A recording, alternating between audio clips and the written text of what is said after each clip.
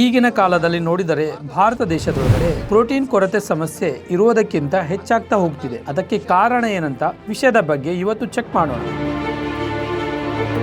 ಸಾಧಾರಣವಾಗಿ ಒಂದು ಮನುಷ್ಯ ಆರೋಗ್ಯದಿಂದ ಇರಬೇಕೆಂದರೆ ಅವನಿಗೆ ಎಲ್ಲಾ ರೀತಿಯ ಪೋಷಕಾಂಶಗಳು ಸಿಗಲೇಬೇಕು. ಆ ಪೋಷಕಾಂಶದೊಳಗಡೆ ಪ್ರೋಟೀನ್ ಬಹಳ ಪ್ರಮುಖ ಪಾತ್ರವನ್ನು ಮಾಡುತ್ತಾ ಇರುತ್ತೆ. ಈ ಪ್ರೋಟೀನ್ ಅನ್ನೋದು ಒಂದು ಮ್ಯಾಕ್ರೋ ನ್ಯೂಟ್ರಿಯೆಂಟ್ಸ್ ಅಂತ ಹೇಳ್ಕೋಬಹುದು ನಾವು. ಅಂದ್ರೆ ದೇಹಕ್ಕೆ ಹೆಚ್ಚಿನ ಪ್ರಮಾಣದಲ್ಲಿ ಅಗತ್ಯವಿರುವ ಮುಖ್ಯವಾದ ಪೋಷಕಾಂಶ ಪದಾರ್ಥ ಅನ್ನೋ ಮಾತು. ನಮ್ಮ ದೇಹದ ಒಳಗಡೆ ಖಂಡಗಳು ಬಲವಾಗಿ ಇರಬೇಕೆಂದರೆ, ಕಣಗಳ ರಿಪೇರ್ ಸರಿಯಾಗಿ ಆಗಬೇಕೆಂದರೆ ಕೂಡ ಬೇಕಾದಷ್ಟು ಪ್ರೋಟೀನ್ ಖಚಿತವಾಗಿ ಇರಲೇಬೇಕು ಅನ್ನೋ ಮಾತು. ನಮ್ಮ ದೇಶದಲ್ಲಿ ಬಹಳ ಜನರಿಗೆ ಈ ಪ್ರೋಟೀನ್ ಕೊರತೆ ಇದೆ ಅಂತ ದುರದೃಷ್ಟಕರವಾದ ವಿಷಯ. ಪ್ರಸ್ತುತ ನಮ್ಮ ದೇಶದಲ್ಲಿ ಪ್ರತಿ 10 ಜನರಲ್ಲಿ ಸುಮಾರು 8 ಜನರಿಗೆ ಈ ಪ್ರೋಟೀನ್ ಕೊರತೆ ಇದೆ ಅಂತ ವರದಿಗಳು ಹೇಳುತ್ತಿವೆ. ಇದು ತುಂಬಾ ಚಿಂತೆಯ ವಿಷಯ. ಹಾಗಾದರೆ ಈ ಪ್ರೋಟೀನ್ ಕೊರತೆ ವಿಷಯವನ್ನು ಜಯಿಸಲು ನಾವು ಏನು ಮಾಡಬೇಕು ಅನ್ನೋ ವಿಷಯವನ್ನು ಒಂದು ಸಾರಿ ನೋಡೋಣ.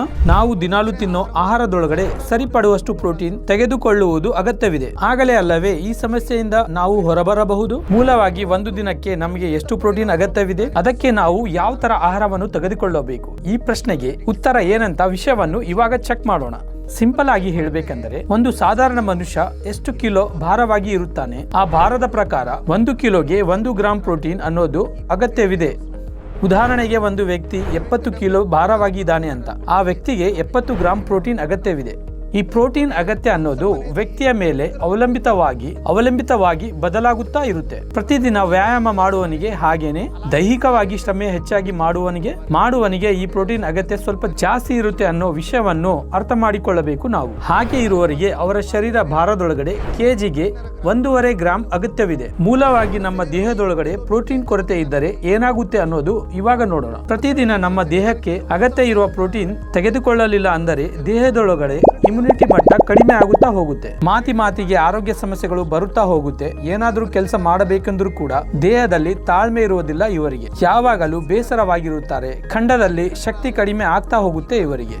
ಹಾಗೇನೆ ಸಣ್ಣ ಮಕ್ಕಳಿಗೆ ಅವರ ಮಾನಸಿಕ ಬೆಳವಣಿಗೆ ಜೊತೆಗೆ ದೈಹಿಕವಾಗಿಯೂ ಬೆಳೆಯುವುದು ಕಡಿಮೆ ಆಗುತ್ತಾ ಹೋಗುತ್ತೆ. ನಮ್ಮ ಬಾಡಿ ಒಳಗಡೆ ಪ್ರೋಟೀನ್ ಕೊರತೆ ಈ ತರ ಅನೇಕ ಸಮಸ್ಯೆಗಳನ್ನು ಬೆಳೆಯುತ್ತಾ ಅದರಿಂದ ನಮ್ಮ ದೇಹ ಮೆಲ್ಲಗೆ ದುರ್ಬಲವಾಗುತ್ತೆ ಅನ್ನೋ ಮಾತು. ಇನ್ನು ಕೆಲವು ಜನರು ಪ್ರತಿದಿನ ಹೊಟ್ಟೆ ತುಂಬಾ ಆಹಾರ ತಗೊಳ್ತಾನೆ ಇರ್ತಾರೆ. ಆದ್ರೇನು ಅವರಿಗೆ ಈ ಪ್ರೋಟೀನ್ ಕೊರತೆ ಸಮಸ್ಯೆ ತಲೆ ತಿಂತಾನೇ ಇರುತ್ತೆ. ಉದಾಹರಣೆಗೆ 70 ಕಿಲೋ ಭಾರ ಇರುವ ಒಬ್ಬ ವ್ಯಕ್ತಿ, ನಾವು ಇಲ್ಲಿವರೆಗೆ ಹೇಳಿರುವ ಲೆಕ್ಕದ ಪ್ರಕಾರ 70 ಗ್ರಾಂ ಪ್ರೋಟೀನ್ ಅಗತ್ಯವಿದೆ.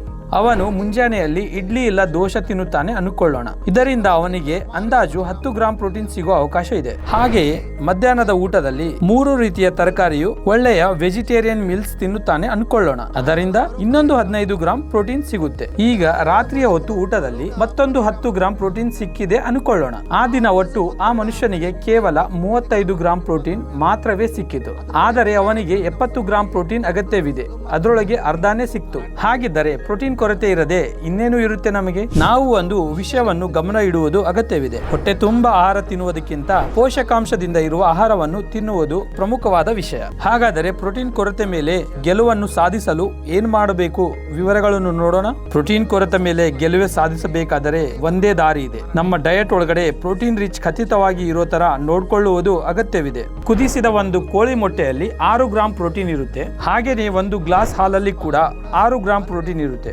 ಮಾಂಸಾಹಾರಿಯಾದರೆ ಚಿಕನ್, ಫಿಶ್ ತರ ಆಹಾರವನ್ನು ತೆಗೆದುಕೊಳ್ಳುವುದು ಅಗತ್ಯವಿದೆ. ಸಸ್ಯಾಹಾರಿಯಾದರೆ ಪನ್ನೀರ್, ಸೋಯಾ ಹಾಗೇನೆ ರಿಚ್ ಪ್ರೋಟೀನ್ ಫುಡ್ ಸ್ವೀಕರಿಸುವ ಅಗತ್ಯವಿದೆ.